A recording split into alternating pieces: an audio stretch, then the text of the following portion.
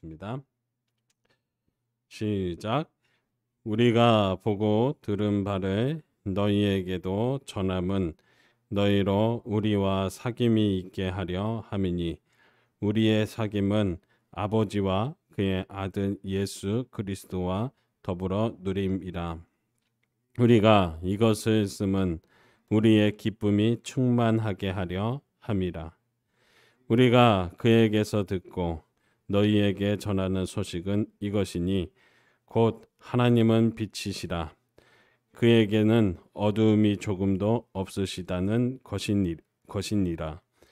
만일 우리가 하나님과 사귐이 있다고 하고 어둠에 행하면 거짓말을 하고 진리를 행하지 아니함 이거니와 그가 빛 가운데 계신 것 같이 우리도 빛 가운데 행하면 우리가 서로 사귐이 있고 그 아들 예수의 피가 우리를 모든 죄에서 깨끗하게 하실 것이요. 만일 우리가 죄가 없다고 말하면 스스로 속이고 또 진리가 우리 속에 있지 아니할 것이요. 만일 우리가 우리 죄를 자백하면 그는 미쁘시고 의로우사 우리 죄를 사하시며 우리를 모든 불의에서 깨끗하게 하실 것이요. 만일 우리가 범죄하지 아니하였다 하면 하나님을 거짓말하는 이로 만드는 것이니 또한 그의 말씀이 우리 속에 있지 아니하니라. 아멘. 잠시 기도하십니다. 하나님 감사합니다. 오늘 우리를 사순절 기도회로 인도하여 주심을 감사합니다. 우리 부활절까지 하루하루를 주님 앞에 기도하며 보낼 때 우리의 신앙이 성숙하게 되기를 원합니다. 그동안 나의 성격 때문에 나의 잘못된 이 관행 때문에 스스로 무너졌던 것들이 참 많이 있었는데 주님 이번 기회를 통해서 우리의 신앙이 한 단계 주님과 더욱 가까워질 수 있고 또한 우리의 성품도 주님의 성품을 닮을 수 있는 예수 닮은 사람으로 거듭나는 시간 되게 하옵소서. 이 시간도 축복하시고 인도하신 믿습니다. 감사드리오며 우리를 구원하신 예수 그리스도의 이름으로 기도합니다. 아멘. 할렐루야. 우리 주님 안에서 인사 나누시겠습니다. 하나님께서 당신을 사랑하십니다. 하나님께서 당신을 사랑하십니다. 축복합니다.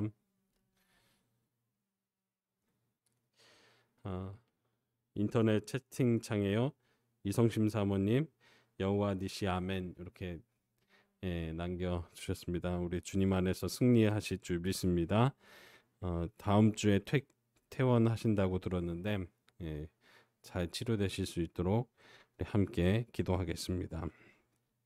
오늘 사순절 두 번째 날 2월 18일 목요일 우리 하나님과의 사귐이라는 주제로 하나님 말씀 나누고자 합니다. 여러분 나눠드린 책자를 통해서 우리 함께 말씀을 나눠주시기 부탁을 드리겠습니다.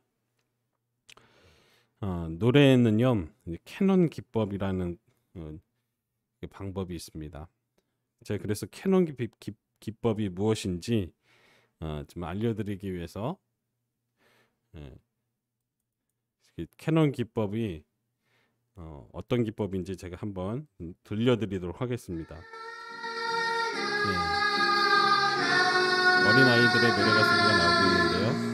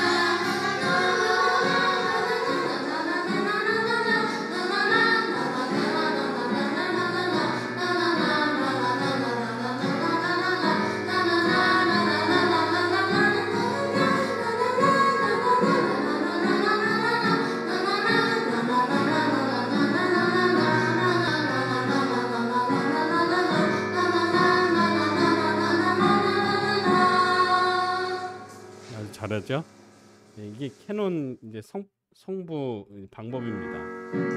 캐논 기법의 방법인데, 예, 여기 자료집에 나오는 것처럼 돌림 노래 좀 비슷한 거예요. 근데 이 기법이 여러 가지 이제 방법들과 이 기법들이 있는데, 이 캐논은 먼저 한 성부가 이제 연주를 하면 다른 성부가 그것을 이제 일정하게 따라합니다. 또 다른 성부가 다시 따라하는 식으로 이렇게 계속 복잡한 것 같지만 참 아름다운 음색이 나오게 됩니다. 이 원리를 돌림 노래도 같은 원리로 이제 사용이 되는데, 이게 한마디로 이 원리가 여러 가지 복잡한 것 같지만 이 캐논 기법에서 가장 중요한 것은요, 바로 기준입니다. 중심이 되는 기준이 있다는 거예요. 중심이 되는 선율이 있어요. 그렇습니다. 우리의 삶도 비슷하지 않겠습니까? 여러 가지 복잡한 일이 있겠지만, 여러 가지 혼란스러운 일이 있겠지만, 우리의 삶도 무엇인가 옳고 그른지 판단할 수 있는 기준이 바로 선 사람은 흔들리지 않습니다. 흔들리지 않으면서 여러 가지를 든든하게 세워 나갈 수 있는 것이죠. 바울은 모든 것을 할 수 있지만 자유자이지만 부득불 자신의 자유를 제한한다고 우리 고린도전서 우리 10장 23절에 고백을 합니다. 한번 봉독해 볼까요? 고린도전서 10장 23절 말씀 우리 함께 봉독합니다. 모든 것이 가하나 모든 것이 유익한 것은 아니요 모든 것이 가하나 모든 것이 덕을 세우는 것은 아니니. 아멘. 근데 우리가 이 바울이 그렇게 이런 고백을 할 수 있었던 이유 중에 하나가 삶의 기준이라는 것이 바울에게는 있었다는 겁니다. 바울이 그렇게 자신의 자유를 스스로 제한할 수 있고 내가 이것을 할 수 있으나 내가 하지 않는 것은 그 이유가 무엇이냐 할 때 기준이 있었다는 거예요. 우리는 내 삶은 어느 곳에서도 꽃피울 수 있을 만큼 많은 것을 가졌다고 착각을 합니다. 나에게는 전문적인 지식도 있고 또 재물도 어느 정도 있고 또 내가 가진 것들 재물도 있고 인맥도 탄탄하고 이런 것이 내 삶의 기준으로 세워지는 거예요.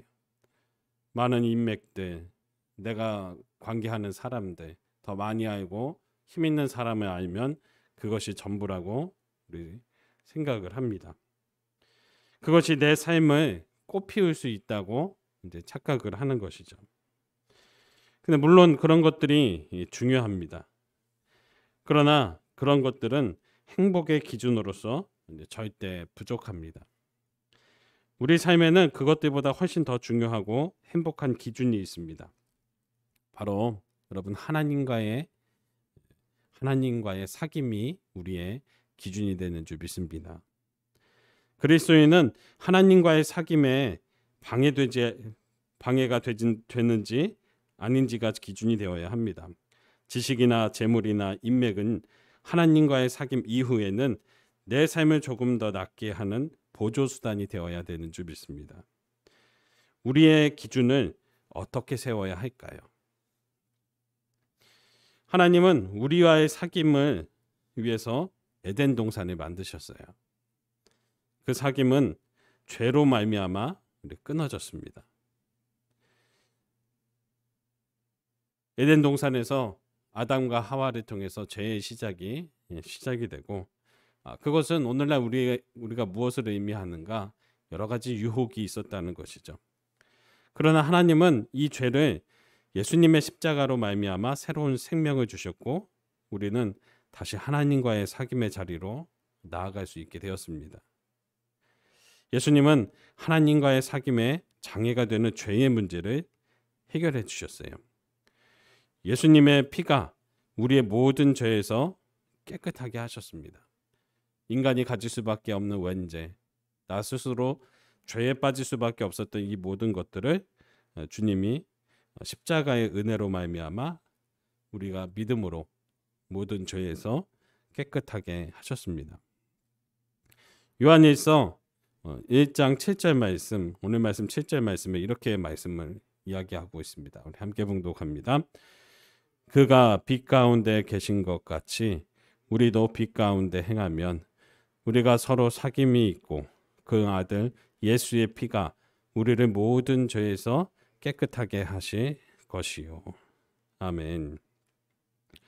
우리가 기준을 어떻게 정해야 할지 오늘 말씀은 분명하게 이야기하고 있습니다.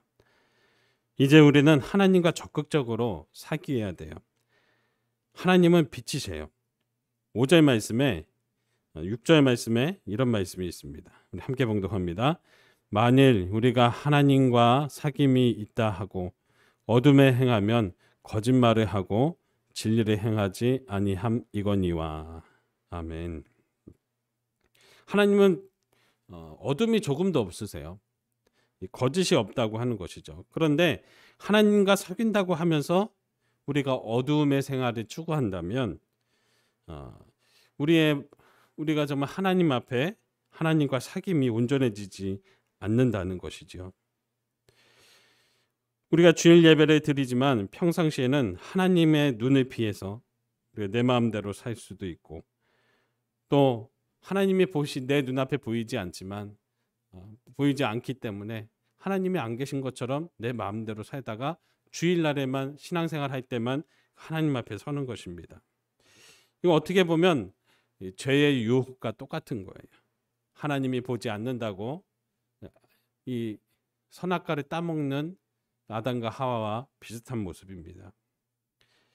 그런 삶은 우리 하나님과 사귀는 사람들에게 적절하지 않습니다. 하나님과 적극적으로 사귀겠다는 모습이 아니에요. 예수님은 말씀하십니다. 6절 말씀을 통해서 우리에게 다시 말씀하고 있어요. 우리 다시 한번 봉독합니다.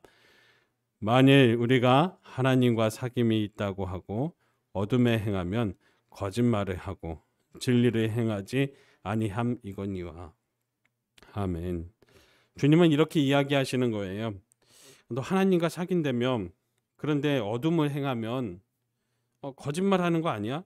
어둠보다 빛을 더 사랑해야 하나님과 사귀는 것인데 만일 너의 삶이 빛을 추구하고 있다면 그게 너의 삶 속의 정답이야. 그렇게 이야기하시는 줄 믿습니다. 하나님을 믿는다고 하면서 빛보다 어둠을 더 사랑하는 것, 그것은 악한 것입니다. 그렇게 살아갈 수 있다고 생각하는 자체가 오산이에요. 에덴 동산에서 사귐은 그 오산 때문에 끊어졌습니다. 여러분, 이번 사순절 절기에는 어둠을 행하기보다는 우리 주님과 더욱 가까워지는 주님과의 사귐이 시작되시길 주의 이름으로 축복합니다. 여러분, 이 사순절 우리가 무엇을 위해서 기도해야 할까요? 우리가 무엇을 위해서 어떤 삶을 추구하며 살아가야 할까요? 복음의 따뜻한 양심이 우리에게 있으면, 주님이 주시는 따뜻한 양심이 우리 안에 있으면 우리가 어둠 속에 있어도 밝아질 수 있을 줄 믿습니다.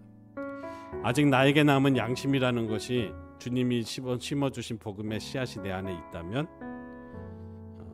그 주님이 심겨주신 복음이 내 삶을 조금씩 변하게 할 거예요. 우리가 죄책감에 빠질 필요도 없고요. 내 안에 작은 씨앗, 내 안에 주님이 주신 작은 씨앗이 있다고 여러분 믿게 되시길 바랍니다. 내 안에 하나님이 주시는 복음의 씨앗이 있어요. 이것을 붙들고 있으면 이 복음의 씨앗은 내가 어두운 곳에 가지 않도록 나를 인도할 거예요. 내가 어두운 일을 행하고 거짓된 일을 행할 때마다 내 마음에서 양심이 요동치는 거예요. 그때 주님의 음성을 듣고 우리 주님께로 나와서 빛 가운데 거하실 수 있는 저와 여러분이 다 되시게 주의 이름으로 축복합니다. 여러분, 사순절 기간 동안에 이 따뜻한 양심이 우리의 진실된 신앙이 되기를 원합니다. 오늘 우리 이렇게 기도했으면 좋겠어요.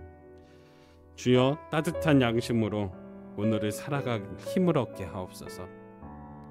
그렇게 주님과의 사귐을 가져갈 수 있도록 도우시옵소서. 이렇게 함께 합심해서 우리 이따 기도할 때 함께 기도해 주시기 부탁을 드리겠습니다.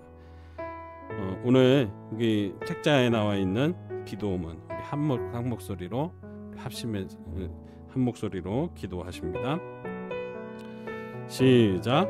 좋으신 하나님, 하나님과의 사귐을 진심으로 기뻐하기 원합니다.